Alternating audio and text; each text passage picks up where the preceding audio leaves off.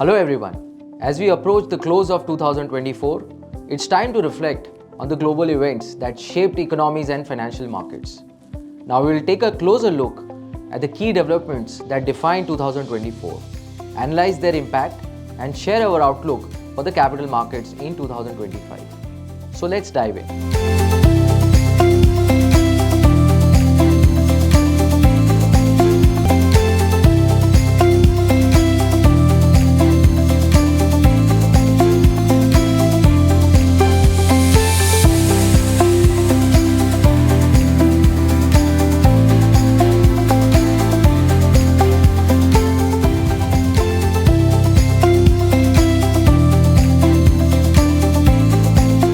Outlook 2025. Currently, the Indian economy and the corporate earnings are going through a soft patch, which we believe is temporary. 2025 could be a volatile but a rewarding year for Indian equity investors. With low double-digit expectations for Nifty index in our view, we expect first half of 2025 could be better than second half. Our constructive view is driven by the following factors.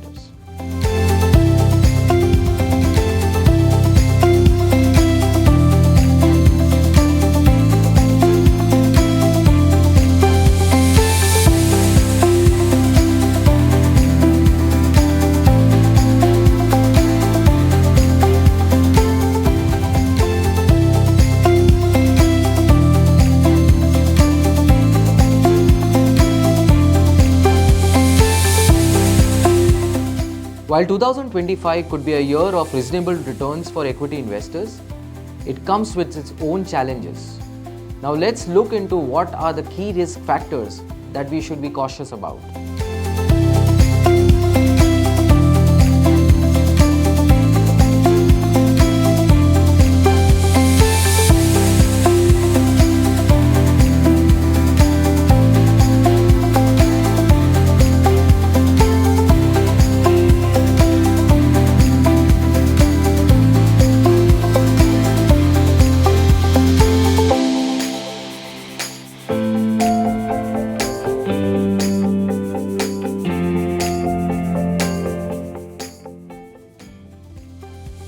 We have seen the outlook for 2025.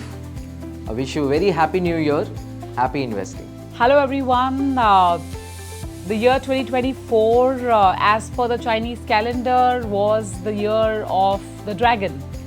And dragon is also associated with China, and we indeed saw China do a slew of measures, including easing of interest rates, easing of cash reserve requirements, to really prime the economy, and we truly saw some resurrection of Chinese markets to give, I would say, close tucker to Indian equities as well, to close the year with reasonably high returns.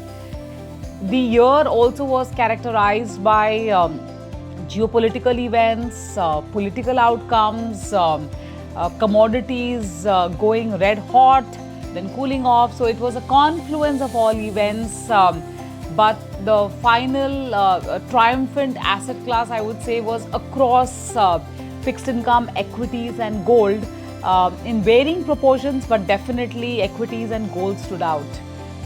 What stands or what awaits us in 2025?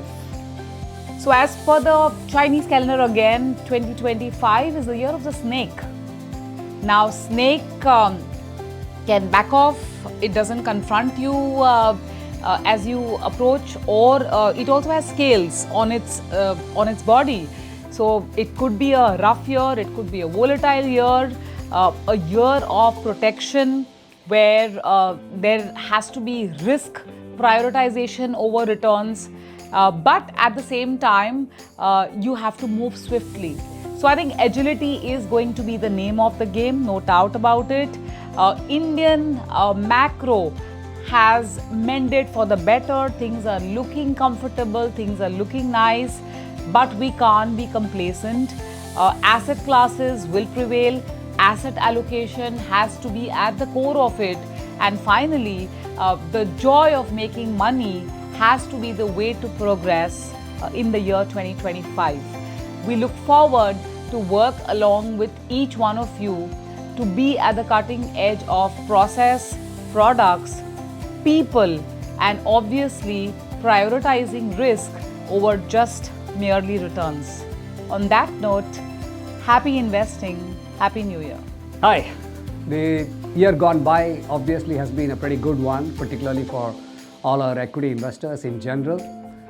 We've seen significant flows and NAVs are healthy as we come to the close of 2024.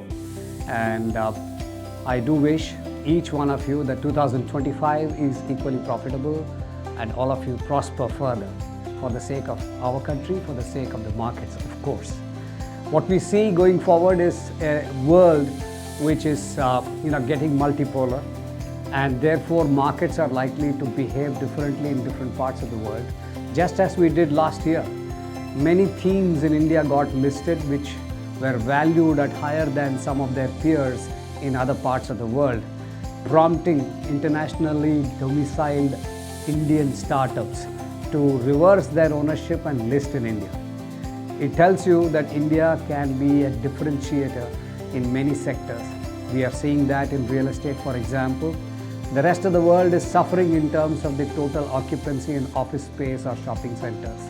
India is going the other way, where the global capital centers are actually attracting employees and employees in office.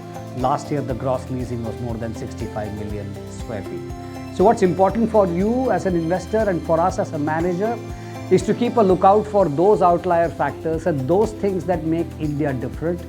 Make those bets that would make you and us more savvy investors, wealthy investors at the end of the day.